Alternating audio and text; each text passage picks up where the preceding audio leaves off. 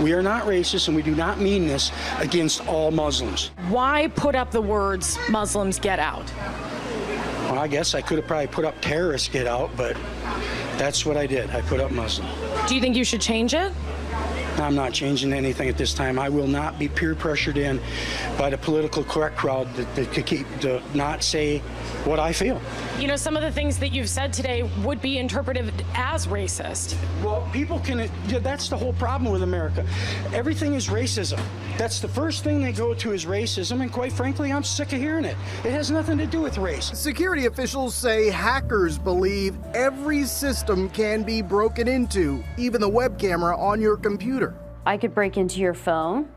I could break into your tablet. Tyler Cohen-Wood is a cybersecurity expert with Inspired e-learning. If you're not using it, turn it off. You also want to make sure that you are not using unsecured wireless access, because anyone else that's on that same wireless network has the ability to sniff the traffic and potentially get into your computer that way. Just this week, FBI Director James Comey raised a few eyebrows when he suggested that you put a piece of tape over the web camera to prevent someone from turning it into a surveillance tool. You go in any government office, we all have our little camera things that sit on top of the screen. They all have a little lid that closes down on them. Facebook founder Mark Zuckerberg not only puts tape over the camera, but the microphone too. The national religious broadcasters honored a former Atlanta fire chief for standing up for his faith. Former Chief Kelvin Cochran was fired in January 2015 after Atlanta city leaders took issue with a men's Bible study he wrote. In the study, Cochran writes about sexual immorality. Atlanta's mayor fired him soon after, saying his biblical views were discriminatory.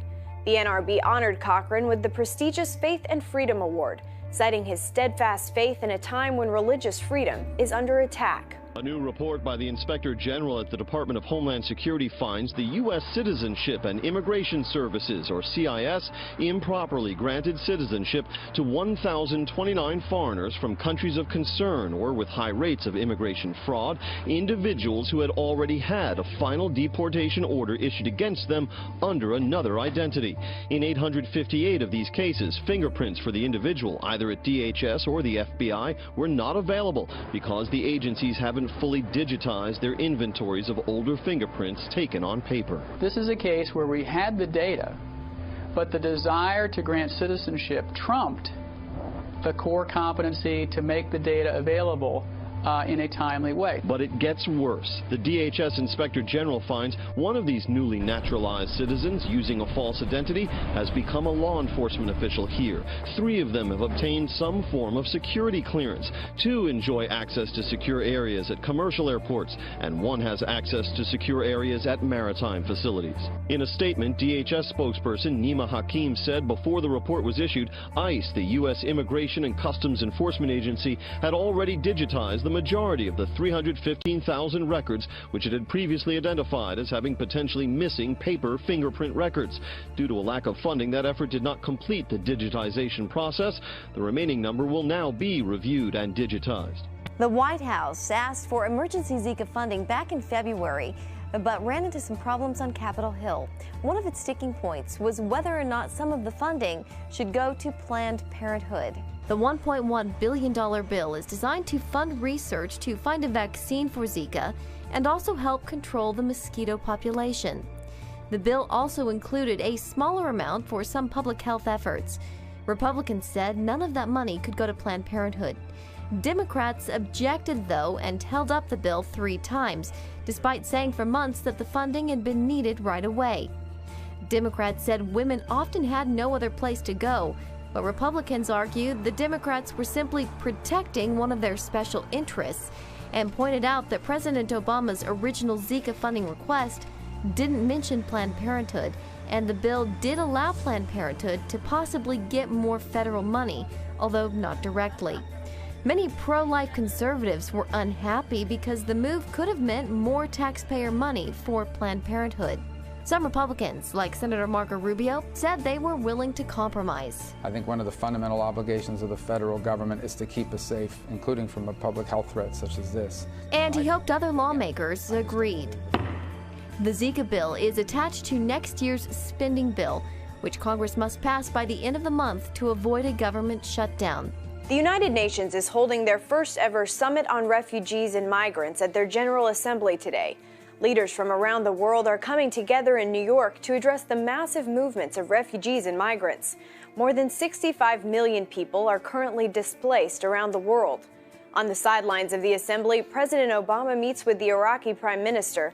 They'll discuss the ongoing crisis in Iraq and how to take back the northern city of Mosul from the Islamic State. This guy's still walking and following commands. Video from a police chopper shows 40-year-old Terrence Crutcher walking toward his SUV, hands in the air, as officers surrounded him Friday night. They were responding to 911 calls about an abandoned vehicle.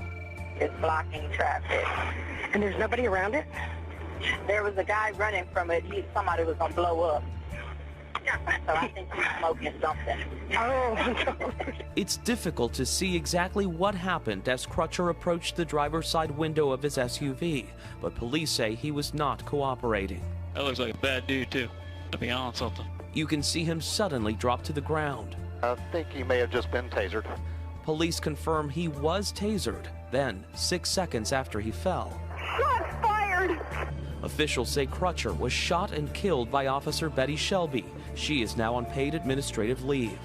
She is giving him repeated commands. Stop, stay where you are, get down on your knees. And he ignores all those commands. Comply? What do you mean? He had his hands up. Crutcher's twin sister says he was stereotyped because he was a black man. What needs to happen in this case? I'm demanding that charges be pressed immediately. The footage is there. The video speaks for itself.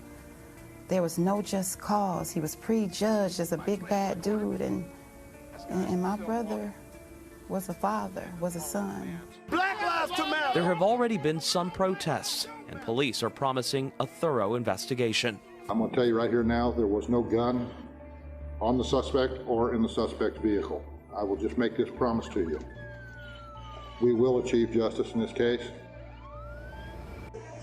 5-year-old Salem sits on a hospital bed in Hodeidah, Yemen, surrounded by children who, like him, bear the signs of prolonged hunger. From the day I gave birth to my child till now, we are suffering from hunger and torture, and his condition is not stable. The ongoing war in Yemen has made it nearly impossible for Salem's family to provide for him. Even before the war, Hodeidah was one of the poorest cities in Yemen, the Arab world's most impoverished nation. Now, the destruction of the port city's fishing boats and infrastructure by Saudi-led coalition airstrikes has deprived the townspeople of their prime livelihood. The children with malnutrition, the number of their cases has increased, and so the instance of relapses where they return to us has also increased in the past period, especially with the beginning of the Saudi offensive on Yemen. The UN estimates that about 100,000 children under the age of 5 in the city and surrounding province are at risk for severe malnutrition.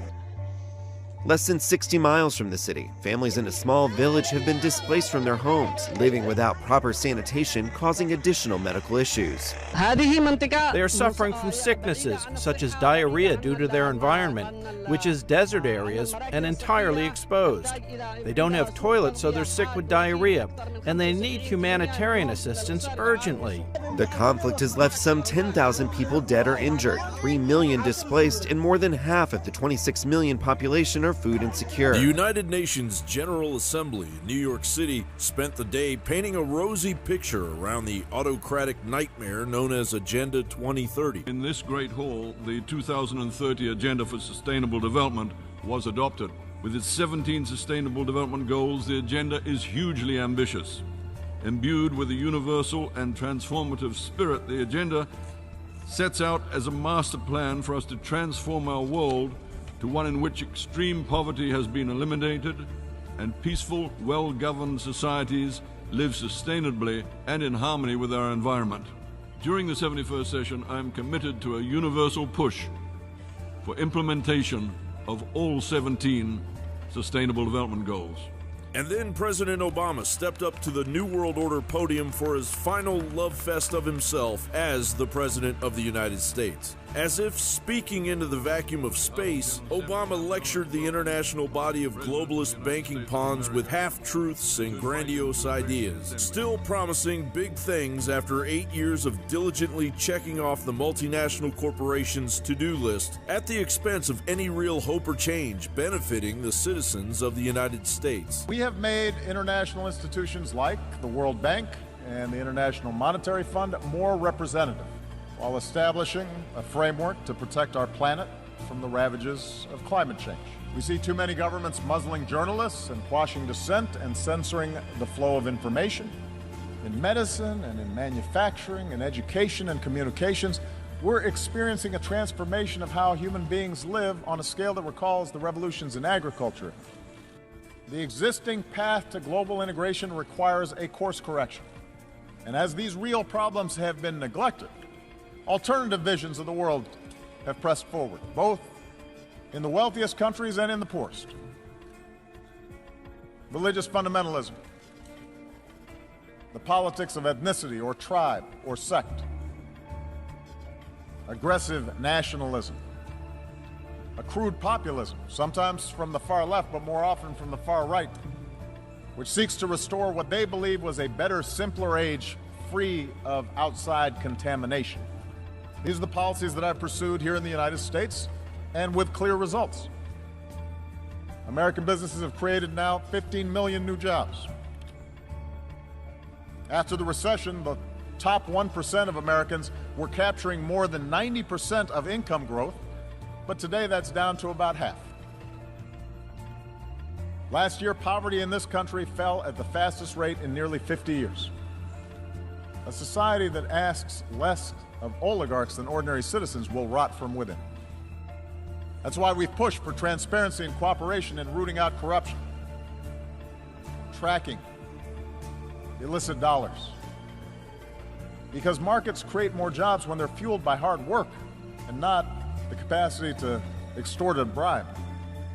That's why we've worked to reach trade agreements that raise labor standards and raise environmental standards, as we've done with the Trans-Pacific Partnership, so that the benefits are more broadly shared. Meanwhile, just outside the doors of the United Nations building in Manhattan, the true impact of Obama's policies basked in stark reality, as the number of black food stamp recipients has risen 58.2% under Obama. A stagnant GDP growth of 2.4% in 2015 froze any economic growth, and the national debt ticked away incessantly, as it essentially doubled under Obama's spending spree on global initiatives and the prerogatives of other nations. And while more possible radical jihadist terrorists pour into small cities across the United States, like Missoula, Montana, and Charleston, West Virginia, billionaire Obama and Hillary Clinton supporter George Soros adds more insult to injury by announcing a donation of $500 million to keep the destabilization of civilization on an even keel.